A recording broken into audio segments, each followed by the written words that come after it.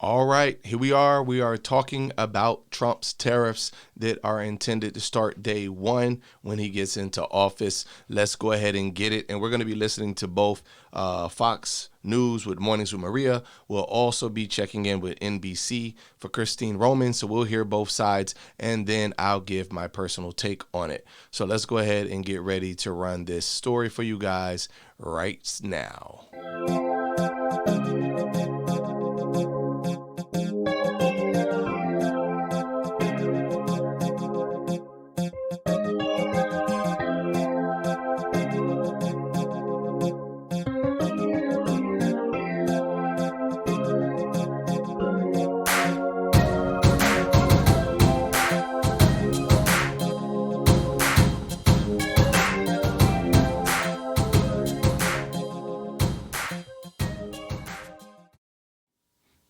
All right, so we've all been watching the news since Trump has won, and everybody is up in arms because they want to know what he's going to do his first 100 days in office.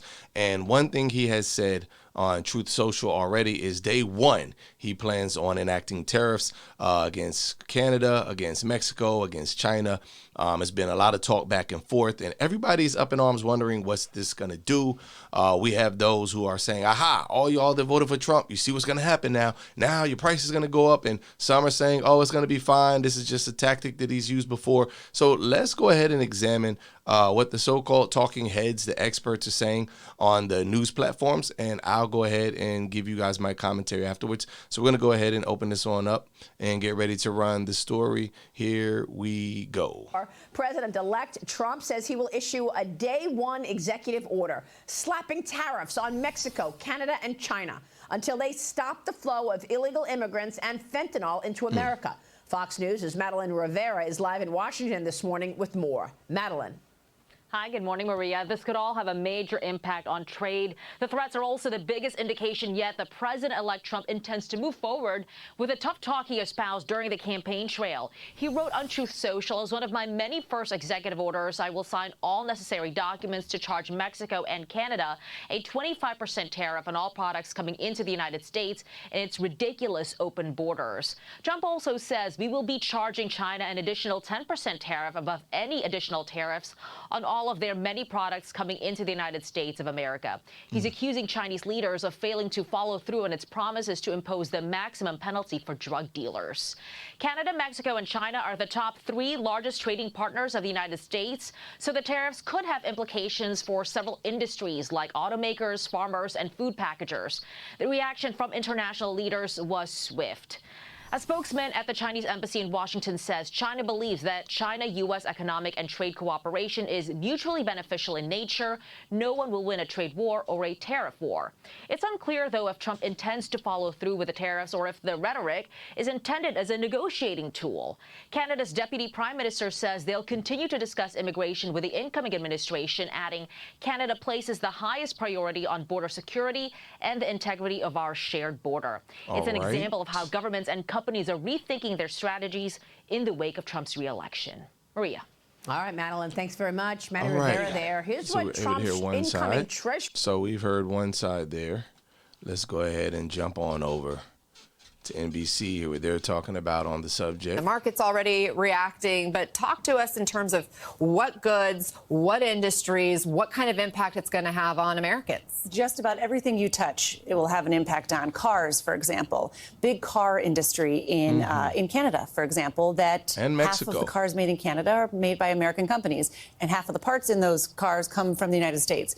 And all of those parts go back and forth multiple times before a final assembled vehicle is sold. You start putting 25% tariffs on each of those moves, and you're adding to the price of a car. Tomatoes coming from Mexico, any kind of produce coming from Mexico, and a lot of our imports come from Mexico in terms of grocery items. Those would cost more money. And let me explain why, because the president-elect doesn't believe this or doesn't acknowledge this. But the entity that writes the check for the import tax is the importer, the company that's then going to send it to a grocery store or to a car dealership. So that cost is passed on to consumers. So consumers would face higher prices for things. And in the very near term, the stock market is simply reacting to the fact that it's disruptive. Even if this is just a threat from the president-elect, already people are signing deals to import goods in the next 6 weeks, 8 weeks, 9 weeks. Well in and advance. So they are facing higher prices ahead. I mean, these three countries, Mexico, Canada, China, imported more than, well, we imported from them more than $1 trillion worth of goods in the last year. If we're expecting these tariffs, prices could go up. Should people start stocking up on certain items? Well, businesses already have been if they can, but small and medium-sized businesses don't have $500,000 laying around to buy, ingredients now that they might need next year. So the big companies have been preparing, but smaller companies are at a disadvantage. I'd make one last point too. Mexico and Canada, the president, in his first administration, basically jettisoned NAFTA and made his own USMCA, U.S.-Mexico-Canada agreement. This would be in violation of his own perfect trade agreement that he made. So raising questions about what that means in terms of the rules-based order for international trade. That's such a good point. And Vaughn, not only did the president have his own trade deal with a couple of these countries, he threatened other tariffs last time around that he didn't end up following through on. So correct. Will he follow through? Australia this was time? one. And he went through with a lot. He didn't do Australia, though. Americans have already lived through a trade war in 2018 and 2019. And you should also expect retaliatory tariffs, right? The U.S. exports $2 trillion worth of goods. And we saw in 2018 and 2019, those countries, Mexico, Canada, China, our European allies, they placed retaliatory tariffs on our goods that American producers and manufacturers who rely on those export markets, whether you're a lobster farmer in Maine or whether you're a soybean producer in Nebraska, they have spent years developing these markets, buyers overseas, but then there was a retaliatory tariff that was placed. And so really this is just going to call into question what is Donald Trump actually looking for out of any. It's going to fluster some people. All right, so let me get back so I can give you guys my commentary on this here. All right, so we've heard from both sides, and this is why I think it's important as an independent to try to hear everybody's talking points so that we can get a better understanding of what people think is going to happen. We look at historical data and facts and things that have happened in the past and try to come up with a balanced, objective view on what to expect. Now, I will say this, nobody can really know 100%. We don't have like a crystal ball that we're looking into the future. We're just basically speaking based on the information given, the data and the statistical data that we can research, as well as what we project that could happen. So I noticed in each news broadcast, neither one sound like they were for sure 100% what was going to happen next. It's just a lot of what they believe. So with that being said, let's go ahead and delve into both. So Fox News' position, for the most part, was that the tariffs aren't really about the economy or the business. The tariffs are more a tactic used to secure our borders and to stop fentanyl from coming into the country. That's pretty much the long and the short of it. Whether you agree with it or not, whether you believe it or not, that is what they're selling it as to you, the people. They're basically saying, hey, listen, fentanyl's coming in, China's supplying it, they're giving it to illegal companies or illegal cartels, they've been shipping it to us, somehow intentional, just to mess with America because, we're capitalists, they're communists, we have different ideals, and we've been in competition with them for a while. Since the USSR and Russia and all them fell off, China will probably be next up in line right now that the U.S. is working back and forth against. So here we find a situation where the Chinese government is being accused of allowing fentanyl to get in and shipping it to hurt the American population. Meanwhile, he's blaming Canada and Mexico for the immigration problem, that the illegals are able to come in. Now, some are saying that China works within Mexico and smuggles the drugs or the things coming in. There was a report, I believe from, I want to say which organization, it wasn't the Homeland Security, basically a report that says that most of the fentanyl that they see coming in are through American citizens driving their vehicles and getting it and bringing it back. But it could be that they're working in cahoots with, the Chinese government or the Mexican cartels. You just never know these days. I will say this, though, that it is a problem. It is an epidemic that America has been struggling with the overdoses and things of that nature. So I could understand wanting to try to put something in place to stop the fentanyl from coming in. As far as the illegal immigration problem, we've mentioned on this channel before how it's been a burden on our healthcare system, on our social service systems and things, to where we're not able to maintain for our own people, but we're bringing everybody in. Now, it's a slippery slope because the counter arguments have been, well, who's going to be the ones working the farmland, who's going to work the fields, etc. So I find it odd that now that we're talking about bringing tariffs to Mexico, the first thing that MSNBC says is that all the produce is going to hurt us because all the food we're bringing up. Well, wait a minute. I thought the people that we had over here were picking all our food. Now we're saying the food is coming from over there. So we need to pick our poison here. Is it the people here that we're finna deport that are producing all this food here? Or is it that we're getting it from Mexico and now that we're going to impose tariffs, it's going to be a problem? So it's kind of like a double-edged sword in that argument. I would beg to differ. We need to examine that a little closer and see what the best outcome would be, either or. We do know that with, the people that have come, it has been a burden on the system. So I can understand him wanting to tighten the border and wanting to secure who comes in the country, because unfortunately there are those who slip in who don't mean well for America. There are those that have been, trying to slip through the border that may have some ideas for terrorism, etc. And we got to make sure that those kind of situations aren't taken lightly, that these people are not allowed to try to come in and produce another 9/11. On a flip side of this thing, though, we find it, NBC is saying that, hey, look, if you thought the inflation and the economy was bad the last 4 years, it's going to get worse now because he's going to put these tariffs in. And once the tariffs come, it's going to affect everything. Your automobiles are going to be higher. Your grocery price is going to be higher. Everything just about that you buy, even the companies that are involved, somehow have some kind of tie to a foreign entity. So all of this is going to fall down on the American worker or the American consumers. So here's my take on it all, just kind of going over it. We do know that during the first run, Trump did impose tariffs. Around 2018, he began to impose tariffs. He had this plan of America first, and those tariffs came down on China by way of appliances and solar panels. I worked in an industry through transportation that were shipping appliances, mainly with LG and Samsung. And I did see a little bit of nervousness with some of the people. I have seen a difference in the amount of business that we've been able to ship and transport since those tariffs were enacted. We do know that when he did bring those tariffs to China, China did retaliate. He brought tariffs to India. India retaliated. We know he threatened Mexico and Canada, of course. And we know that Australia was also listed, as well as many other nations. The EU, the United EU was actually mentioned also. The European Union. Trump was hitting everybody with tariffs when he first got in. It was like, hey, I want attention. I want y'all to listen. I want you to know that I'm serious about America first.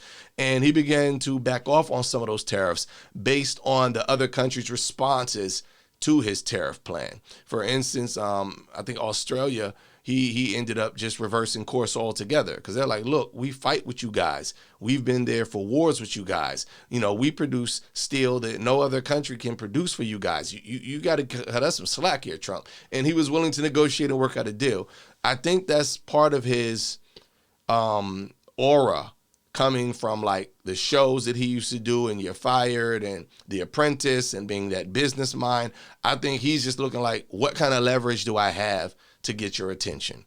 The art of the negotiation. You got to play the hard guy. So I don't believe that these new tariffs that he's threatening are really going to be imposed. I could be wrong, but I don't believe they're really going to be imposed. I believe it's a scare tactic to try to get what he wants out of those leaders, which is to secure the border, or he wants them to crack down on drug dealers bringing fentanyl into the country. And if I got to mess with this to get your attention, let's sit at the table. Let's negotiate.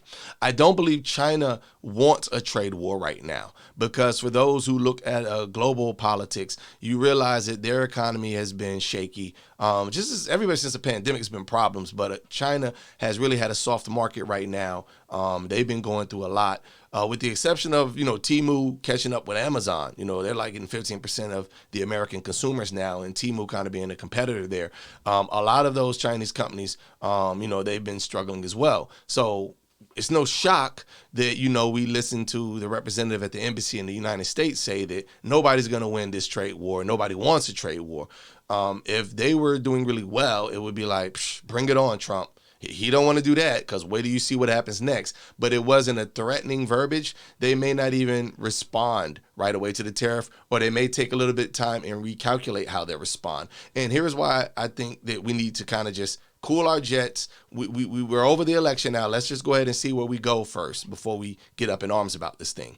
While tariffs can hurt our economy, while tariffs can be problematic, they can get the results that Trump is trying to get done. So you got to look at it from both sides and just kind of take that with a grain of salt until it happens. It could be that the country's fold, that they say, you know what, we don't want to play with this guy. We saw what happened last time. Let's just negotiate. Let's sit at the table. It could be a situation where they want to play hardball and we end up being worse off, but only time will tell. There's no, like I said, no crystal ball, no definite way to know for sure.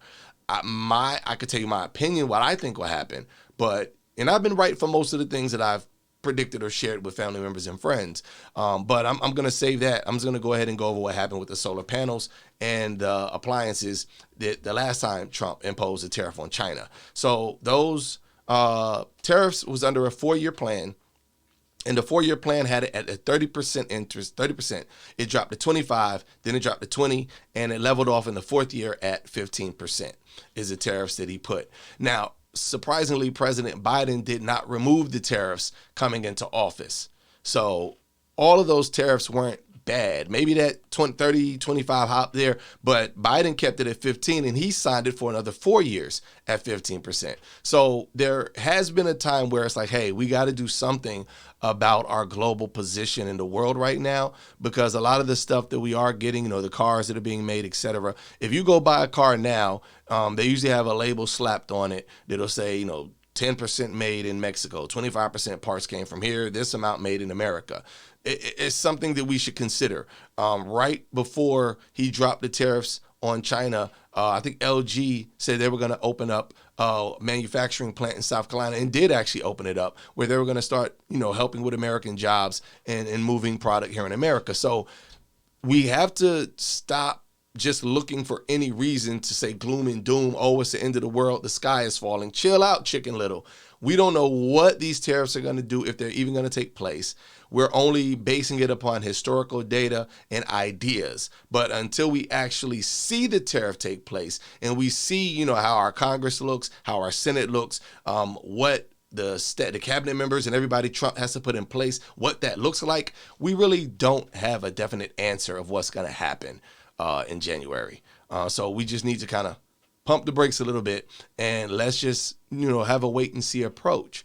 And I think this is one of the problems that a lot of people have with our media today. If you're just going by the seat of your pants, watching the media and the talking heads all day, and you're allowing them to use their tactics to scare you or to rile you up or to get you into your groupthink mode, you know, you're going to be living a life most miserable. Particularly for those who hate Trump. Over the next 4 years, you're going to go through a lot if you allow the media to mandate how you feel. It's the equivalent of those that just sit around reading horoscopes and feel like, oh, I'm going to meet Mr. Wonderful today because I read it in the horoscope. Oh, I'm going to have a great day because I read it in the horoscope. You got to take that with a grain of salt. You can't believe in these kind of things. Sometimes, and I'll give you a great example, because while the election was to take place, I'm watching all of the various news platforms, and they're all saying the same thing, just about that, oh, Kamala's up in the battleground states except one. She's up in all of the battleground states except for 1 or 2. And we saw what happened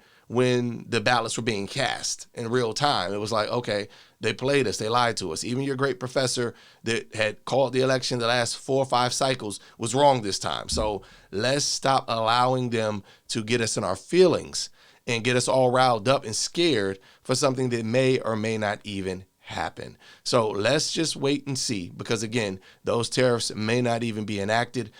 Day one, he might get in office and the president of China may want to talk over the phone and say, hey, you know, I don't want no smoke, bro. What we got to do to work out this fentanyl thing?